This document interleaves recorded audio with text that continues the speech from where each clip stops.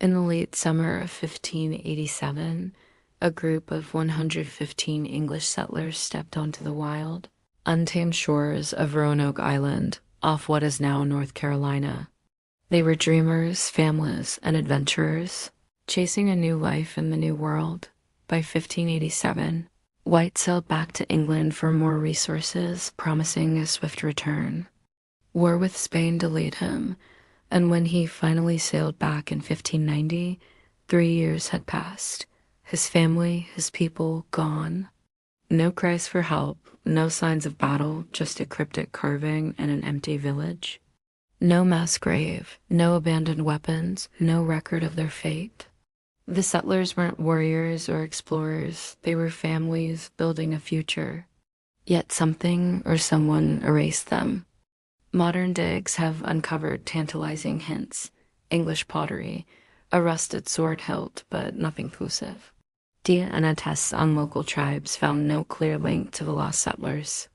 The CROATOAN Island, now Hatteras, has been scoured, but storms and erosion have buried any hope of answers. The mystery endures, a void that pulls you in, demanding you imagine the unimaginable. The settlers could have been absorbed into a tribe, their English ways fading into native customs. Roanoke was meant to be a beginning, a foothold in a new world. Instead, it became a ghost story, a warning that even the boldest dreams can vanish. Picture those final days, children laughing, unaware of the danger, parents planning for a harvest that never came. Did they scream for help? Did they flee into the night? Or did they walk willingly into a fate we'll never know? The word CROATOAN stands as their only voice, a taunt from history that keeps us guessing, keeps us listening, keeps us haunted. Roanoke's shadow lingers, a chilling reminder that some truths stay buried forever. Some accounts centuries later claim descendants among local tribes with European features, but no proof ever surfaced. Others speculated darker fates, ritualistic slaughter by a hostile tribe, or even whispers of supernatural forces. A curse on the land. The truth? Nobody knows. The Atlantic's waves kept their secret, and the forest held its silence. He found Roanoke eerily silent. The colony's wooden home stood empty, overgrown with vines. No bodies, no blood, no signs of a struggle, just silence. Carved into a palisade post was the word CROATOAN, and on a nearby tree, crow. No other clues. The settlers, including White's daughter and granddaughter, were gone, as if the island itself had swallowed them whole. Men, women, and children, led by Governor John White, built homes, planted crops, and forged fragile ties with the local CROATOAN and Second tribes.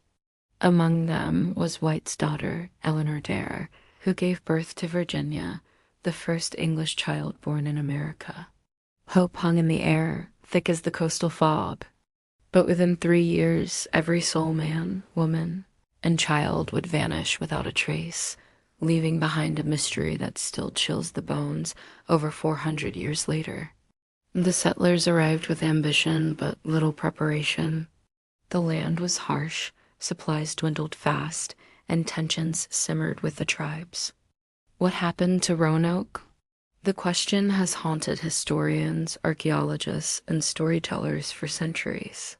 The word CROATOAN suggests the settlers might have sought refuge with the friendly CROATOAN tribe on a nearby island, now called Hatteras. But searches then and now found nothing. No graves, no tools, no trace of 115 lives.